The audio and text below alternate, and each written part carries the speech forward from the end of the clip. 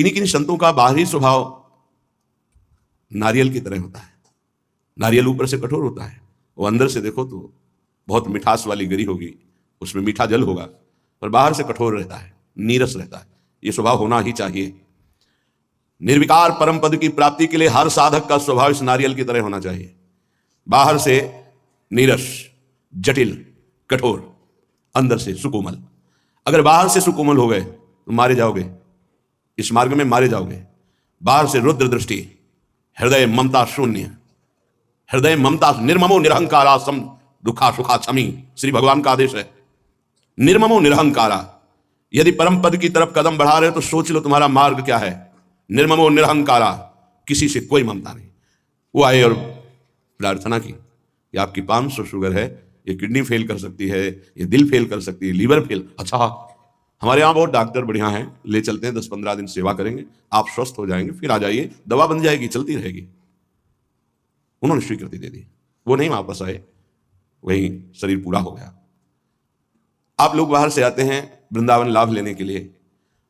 अगर आपको श्रद्धा है और कोई संत बीमार है तो यहीं उसकी व्यवस्था कीजिए, उसको बंबई, कलकत्ता, दिल्ली ले जाने की कोशिश मत कीजिए। उसने अपने जीवन को श्रीधाम की रज में दिया है। कष्ट से पीड़ित होने के कारण, प्रबल निष्ठा ना होने के कारण हो सकता है वो हामी भर दे, तो आपको नहीं ले जाना है। वो कहे भी तो नहीं ले जाना है, नहीं महाराज हम यही व्यवस्था करेंगे आपकी, तब तो आपकी सेवा मानी गई। आप उनको धाम छोड़वा दिए तो कौन सी अमरवती पिला देंगे आप?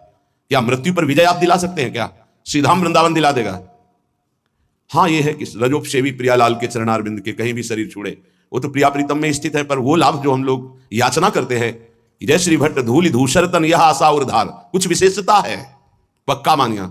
इस रज में शरीर छोड़ने की कुछ विशेषता है, मान लोगे तो जान जाओगे। तभी कह रहे खंड खंड होए जाए तन, अंग अंग सत टूक, वृंदावन नहीं छाड़ियो छाड़िबो है बड़ी चूक। यहां कह रहे हैं छिद्देत खडसा इदम यदि में शरीरम घोरा विपद विततयो यदि वा पतंती। यदि धार वाले अस्त्र से भी मेरा शरीर काटा जाए तो मैं वृंदावन का कभी त्याग नहीं कर सकता कि भाई वृंदावन में तो बहुत दुख मिल रहा है, अब तो चलते हैं यहां से।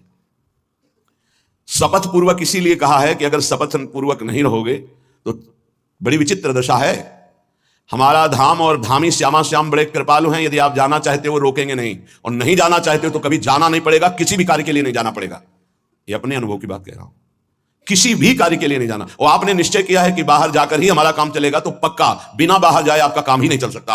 और आपने निश्चय किया है कि श्रीधाम वृंदावन नहीं छोड़ूंगा चाहे मर जाऊं, तो हर व्यवस्था जो तुम बाहर से नहीं कर सकते घर बैठे हो जाएगी, क्योंकि स्वामी जी के चरणों में स्वयं अनंत लोगों की सिद्धियां लुटती रहती है।